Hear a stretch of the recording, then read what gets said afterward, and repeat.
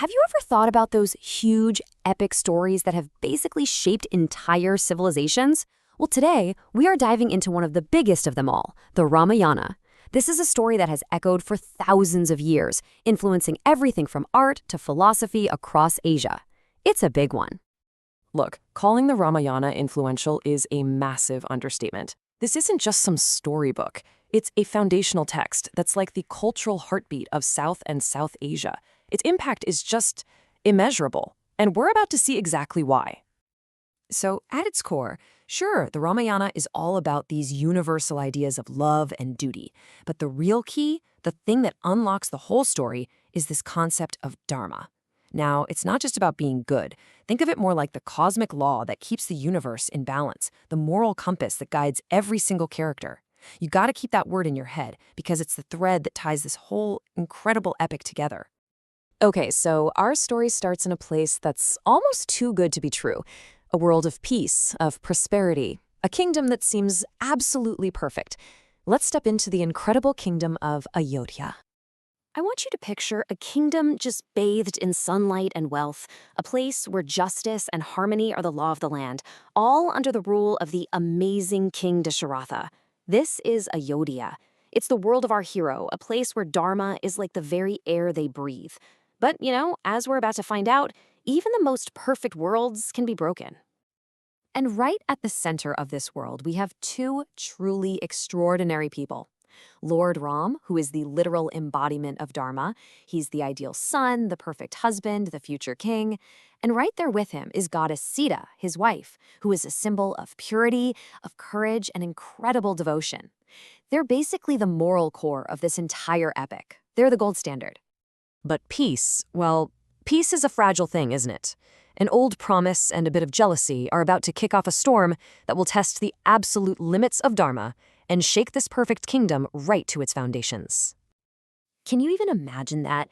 You're the rightful heir to the throne, everybody loves you, and then bam, you're banished. All because of a promise your father made years ago.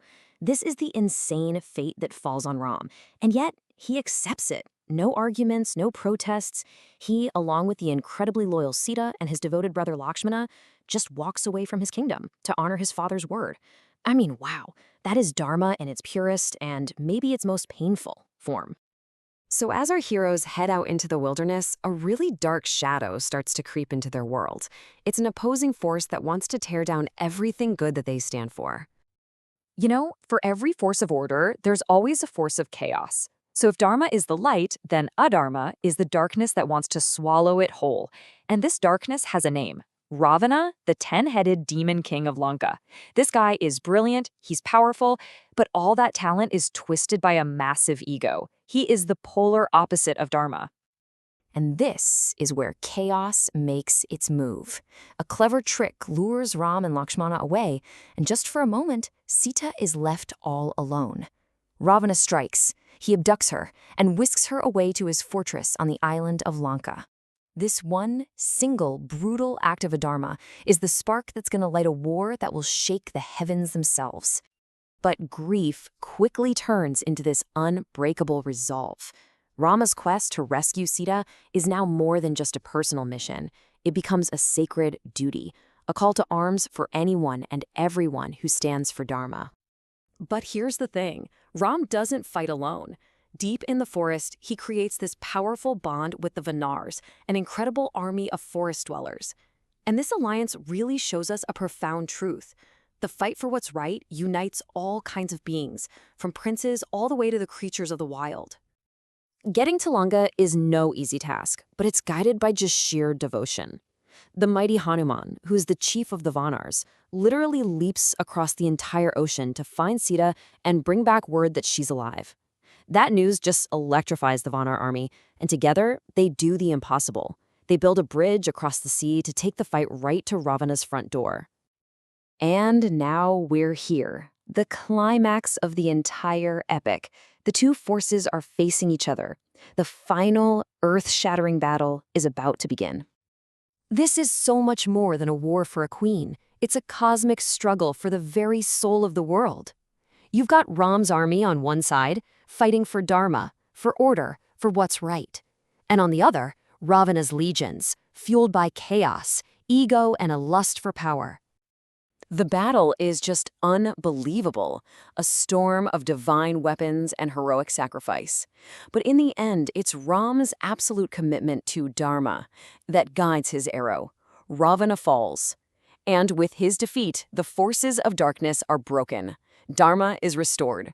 Good has won. So after 14 long years in exile, Ram and Sita finally return home to Ayodhya, and the kingdom just explodes with joy. To welcome them back and to celebrate light winning over darkness, the people light up their homes with rows of little oil lamps, or diyas. And this ancient celebration of hope and victory, it's still with us today, as Diwali, the festival of lights. It's a beautiful testament to the story's lasting power. So you see, the Ramayana isn't just a story. It's like a river of wisdom that has just flowed through time. Its characters, its moral dilemmas, they're just as relevant today as they were thousands of years ago, and they continue to inspire and guide millions of people all over the world. So I'll leave you with this to think about. In our own complicated world, what can we take away from this ancient story? From its incredible teachings on duty, on compassion, and on having the courage to always, always stand up for what's right. The Ramayana might be ancient, but its wisdom is absolutely timeless.